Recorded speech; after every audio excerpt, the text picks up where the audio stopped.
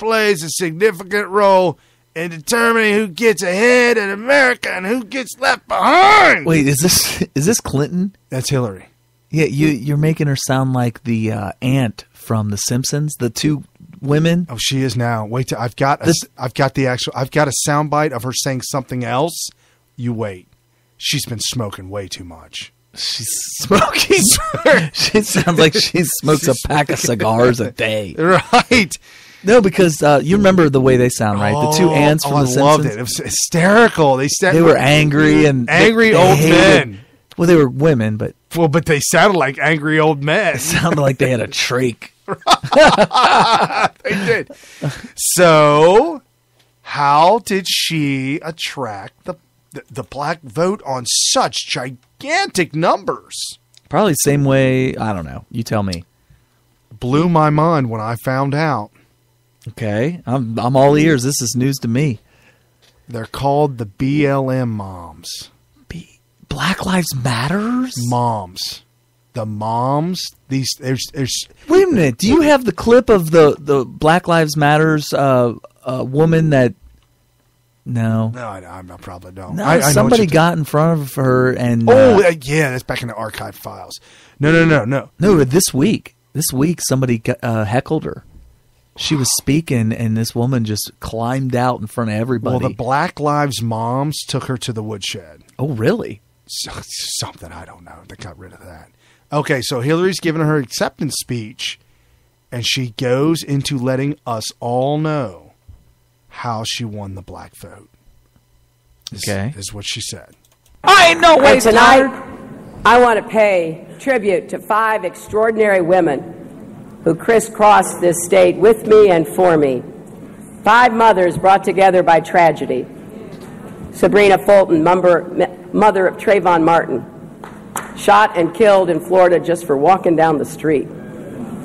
Lucy McBath, mother of Jordan Davis, shot and killed by someone who thought he was playing his music too loud in his car. Maria Hamilton, mother of Dontre, shot and killed by police in Milwaukee. Gwen Carr, mother of Eric Garner, choked to death after being stopped for selling loose cigarettes on the street. That's the I Can't Breathe guy. And Geneva Reed Veal, mother of Sandra Bland, who died in police custody in Texas. They all lost children, which is almost unimaginable. It's almost. You could imagine, but it's almost. Yet, they have not been broken or embittered. Instead, Really? they have channeled their sorrow into a strategy. Their bitterness. And their mourning into a movement. And they are reminding us of something deep and powerful in the American spirit. That is just, That was her that's part of her acceptance speech. I know that there's some misbehavior within the police forces, but I mean, for every, it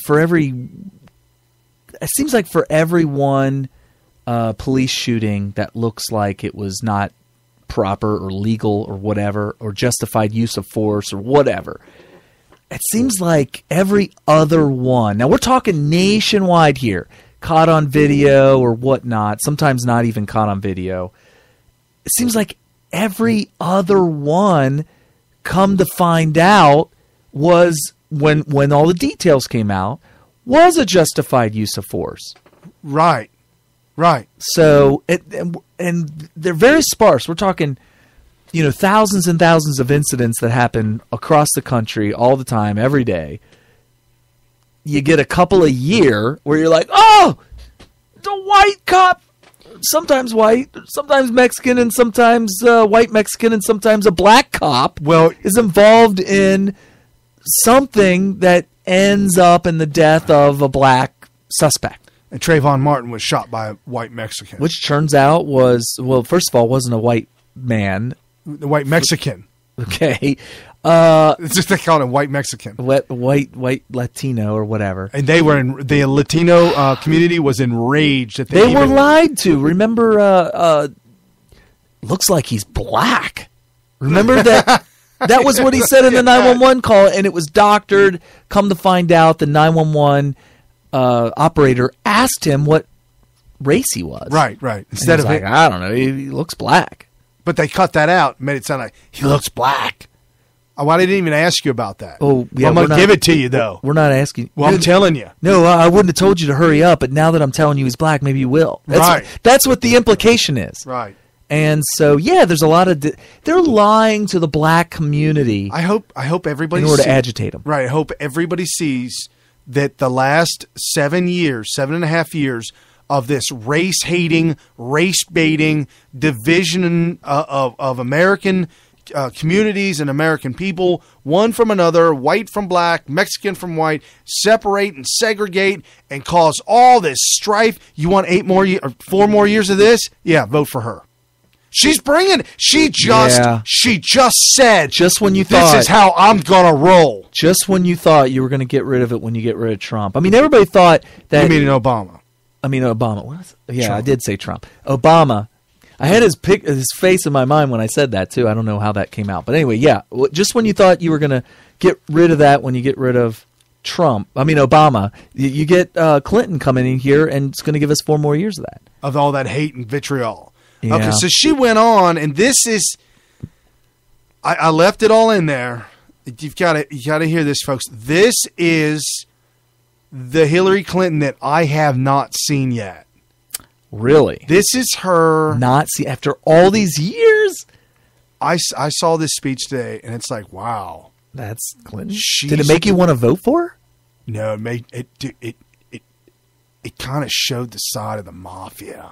Oh, I was like, oh, but you're not surprised by that. No, I'm not surprised by it, but I'm like, oh wow, she's really digging in. Uh-oh, she's got her heels dug in. Yeah, let's hear it. She's smoking to me. You got a soundbite, huh? Oh, hold on, not that one. Because together we can break down all the barriers holding.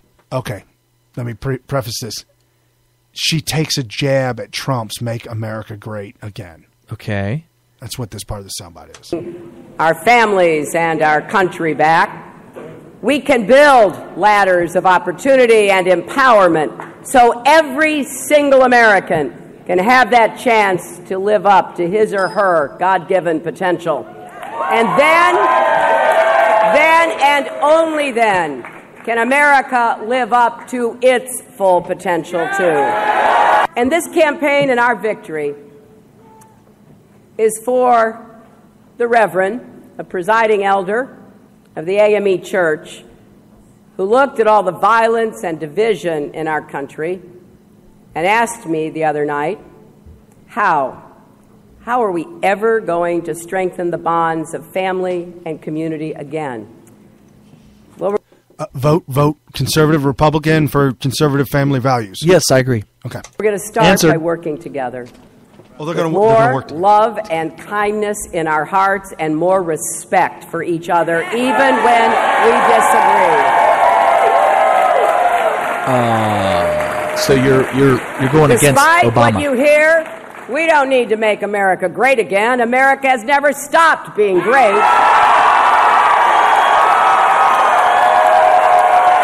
Well, that's a lie. That writer got paid a lot of money for that. But we do need to make America whole again. I know it sometimes seems a little odd for someone running for president in these days and this time to say we need more love and kindness in America. But I'm telling you from the bottom of my heart. My stone heart. Okay, there's a little bit more, but I just want to... The reason why I left this part in is because her people have been telling her, we need to soften you. We need to make you more real and less robot. This is very calculated. Because she's been coming off like a robot. Like well, I mean, a robot just executes lines of code, and all they're doing here is modifying the code a little bit. Correct. So they using words to make her sound soft.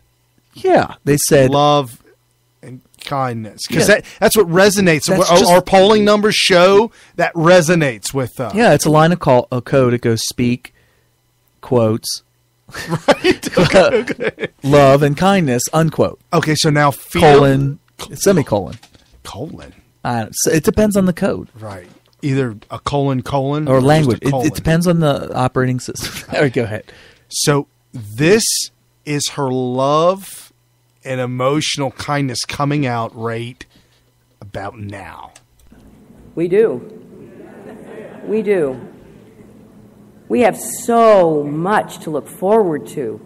There's no doubt in my mind that America's best years can be ahead of us. Where have I heard that before? We have got to believe that. We've got was to Obama. work for that.